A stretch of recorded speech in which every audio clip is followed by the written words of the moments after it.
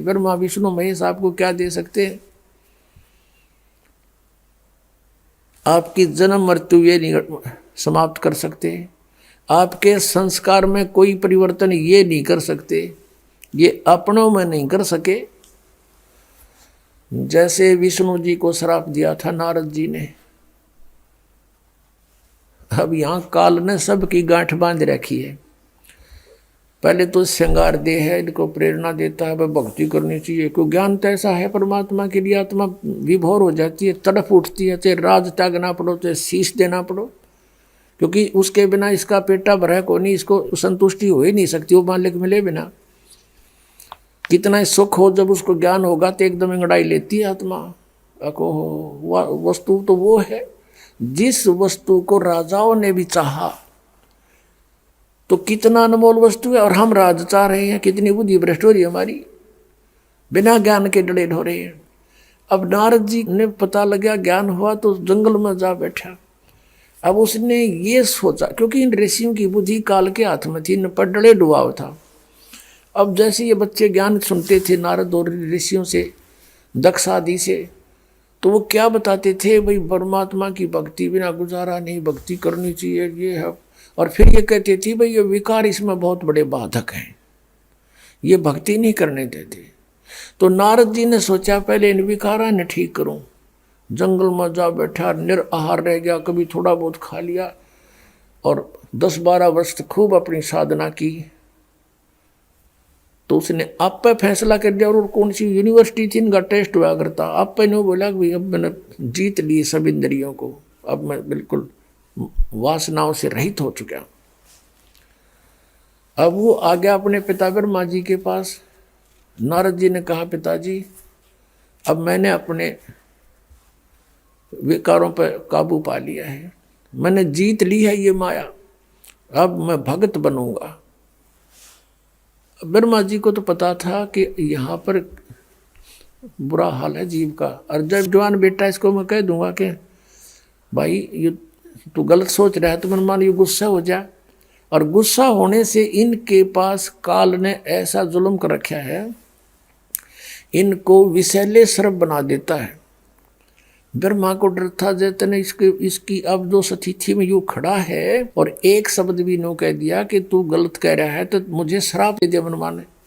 यानी इनके पास ये श्राप शक्ति भर देता है काल, सिद्धि से, ये इनकी हठ योग से सिद्धि आती है। ब्रह्मा जी चुप रहा, ने बोला बेटा बड़ी अच्छी बात है, लेकिन इस तरह की बातें बताया नहीं करते। अब वो कह तनु था, वो कितने कह देगा विष्णु जी या जी किसी के पास, फिर वो इसकी देही तोड़ेंगे, यानी इसकी विरान मट्टी कर देंगे। उसने कहा बेटा ठीक है, तू ऐसा करना, कहीं जिक्र ना करना। अक नहीं जी, क्यों ना करूं, मैंने तो विजय पा ली है, ढोल के डंके से कहूंगा। ब्रह्मा जी ने कहा फिर तू विष्णु जी के सामने मत कहना। अक अच्छा जी, अब वहां तो कह दिया, अच्छा जी पहुंचा, बालक की ये वृत्ति हो है, किसी को यूं कह देना कि इस बक्से ना खोलिए, माँ बाप के जाते पहले उस सन खोल लगा। यह एक ऐसी वृत्ति हो उस बालक में, जिज्ञासा बढ़ जाती है। तो वो सीधा विष्णु जी के लोक में गया नारद जी। अब भगवान विष्णु ने कहा आओ महात्मा आओ बैठो। कैसे आए बच्चा? जी मैं साधना करके आया हूँ। कहा मुझे पता चला था भक्ति करने गए हुए। हाँ जी, और बहुत अच्छा, आपने क्या उपलब्धि की? कि सब विकारों को, सब वासनाओं को, माया को मैंने जीत लिया है, अब मैं मार नहीं खाऊंगा। अब विष्णु जी ने कहा भी ठीक है, बड़ी अच्छी बात बेटा, साधु संत का प्रथम करते हो तो यही होता है, इसमें विकारों पर विजय पाओ। अब जब तो नारद जी तो कहा गया, रिमोट काल के हाथ में विष्णु रखा। फिर पाछे तक काल ने प्रेरणा कर दी, उसको इस चिंता बनी रहती है कि अगर ये ब्रह्मचारी पद में पहुंचने लगे सारी, और बालक बच्चे कौन पैदा करेगा, मैं खाऊंगा कि? तो इसने विष्णु में बर्दी फूक कि इसको तो अभिमान हो गया, चल इसको अभी ठीक करता हूँ। विष्णु जी ने काल प्रेरणा से एक मायावी नगरी रच दी अपनी सिद्धि तय। 16 कला के भगवान है ये। और वहां पर एक राजा की लड़की का स्वयंवर, दूर दूर से देश के नौजवान बच्चे आए हुए थे शादी करने के लिए। स्वयंवर का अर्थ होता था कि लड़की स्वयं अपना पति चुना करती थी अपने पसंद का, माँ बाप के सिर से उलाहना उठ जाता था कि ऐसा ढूंढा, वो खत्म हो जाती थी इस तरह की समस्या। अब नारद जी उसी नगरी से गुजरा और ब्याह के गीत बहुत बुंडे हो हैं, आम आदमी में प्रेरणा हो जाए। सारा श्रृंगार कर औरतें गाने गा रही हैं, बहुत सुंदर नगर सजा रखा है। नारद जी ने पूछा भी क्या हो रहा है। वहां बताया नागरिकों ने कि भाई यहाँ एक राजा की लड़की बहुत सुंदर है, अप्सरा आई है समझो ऐसी है, और उसका विवाह हो रहा है। अब नारद जी का भी उठी अंगड़ाई, उसने सोचा रहे ब्याह भी करवा के देख लिया कि बूढ़ी बात से पिताजी ने करवा रखा, चाचा जी ने करवा रखा, छोटे चाचा जी ने करवा रखा, क्या फर्क पड़े है। पिताजी ब्रह्मा जी, चाचा इसका विष्णु जी, छोटा चाचा शंकर जी, सारे विवाह कराए बैठे। तो इस प्रेरणा से वो भूल भाल गया अपने उद्देश्य ने। फिर उसने सोचा यार लड़की मुझे पसंद कैसे करेगी, इतना लंबा चोटा कचकोल कटा रखा। तो उसने सोचा भी तू भगवान से, विष्णु जी से उनका रूप मांग ले, बहुत सुंदर है भगवान। तो वो जा करके एक बनी में बाहर अर्ज करी, भगवान विष्णु प्रकट हो गए। कहा भी बेटा कैसे याद किया, कैसे याद किया मुझे कि भगवान मैंने आज तक आपसे कुछ नहीं मांगा, और आज मैं आज कुछ मांगना चाहता हूँ। अगना वचनबद्ध हो गया। आज मुझे हरि रूप चाहिए, मैं विवाह कराऊंगा। हरि का अर्थ संस्कृत में बंदर भी होता है। विष्णु जी ने उसका बंदर का मुंह लगा दिया, विष्णु जी चले गए। अब नारद जी ने सोचा कि मैं सबसे हैंडसम हो गया ही, और वो आ गया स्वयंवर में। स्वयंवर में चेयर रखी हुई थी, सभी राजा महाराजा जो भी विवाह कराने के इच्छुक थे उस पर बैठ के विराजमान हो गए। अब नारद जी भी बैठ गया जच के कुर्सी पे। अब लड़की आई माला लेकर, वरमाला। अब जो ही वो नारद के पास आई तो कति सोच लिया था आते बनेगा काम। अब वो लड़की उसे आगे गुजर गई, आगे निकल गई। उसने सोचा लड़की का ध्यान नहीं पड़ा दिखे। अब वहां से उठ के खाली कुर्सी और थी, वहां जा बैठा, अकीब इधर से आओगी जब दिखूंगा। अब वो उसके पास से फिर आगे गुजर गई, थोड़ी सी पीछे हो के, बल्कि अकुआ सकल उसको ढूंढ लागे कि मार दे तो रखे। तो जब वो आगे चली गई तो बहुत सोचने लगा क्या बात होगी। उसके पास में एक बैठा था, ने बोला भगत अपनी शकल देख। वो शीशा दिखा, पानी दिखाया कटोरे में, अपनी शकल देख कर तू क्या हमने डर लगे न रहा, तू छोरी लड़की सोच के हमने डर लगे तेरे थे।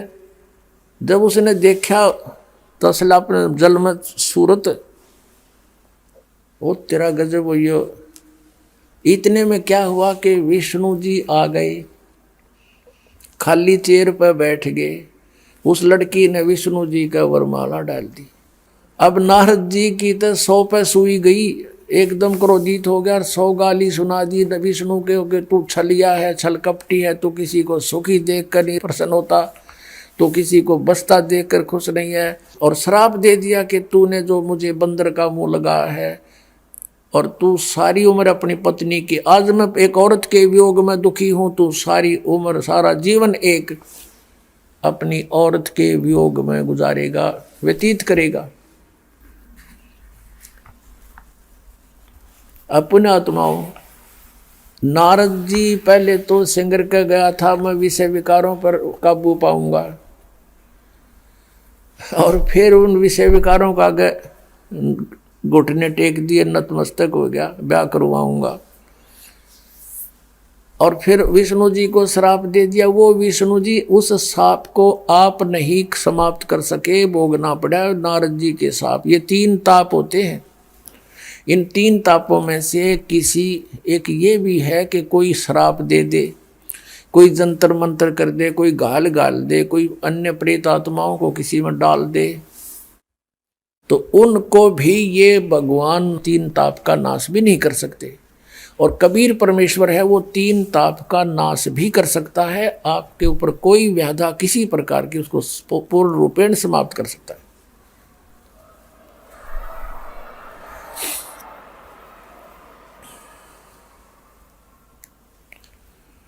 तो भगवान श्री विष्णु जी ने रामचंद्र रूप में पूरा दुख उठाया, अपनी पत्नी के वियोग में सारा जीवन व्यतीत किया।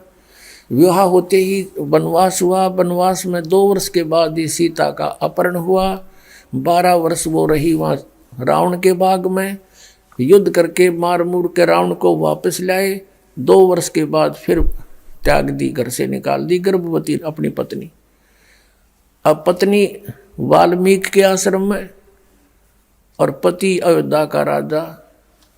जिसका परिवार कहीं हो और वो राजा कितना ही अच्छा लगता हो, उसका जीवन नरक तुल्य होता है। अंत में भी नहीं मिल पाए दोनों के दोनों। सीता समा गई पृथ्वी में और श्री राम अर्थात विष्णु जी ने सरयू नदी में जल समाधि ली, उसमें छलांग लगा के जीवन अंत किया। फिर श्री राम रूप में बाली को मारा था श्री विष्णु जी ने, यानी रामचंद्र जी ने सुग्रीव के भाई को, उसका भी बदला देना पड़ा। श्री कृष्ण रूप में आए वही। और एक शिकारी जो बाली वाली आत्मा थी, वो शिकारी बना हुआ था, विषाक्त जहर से युक्त उसका तीर था, वो श्री कृष्ण के पैर में मार के उनका वध किया, अपना टिट फॉर टैट लिया। तो यहाँ परमात्मा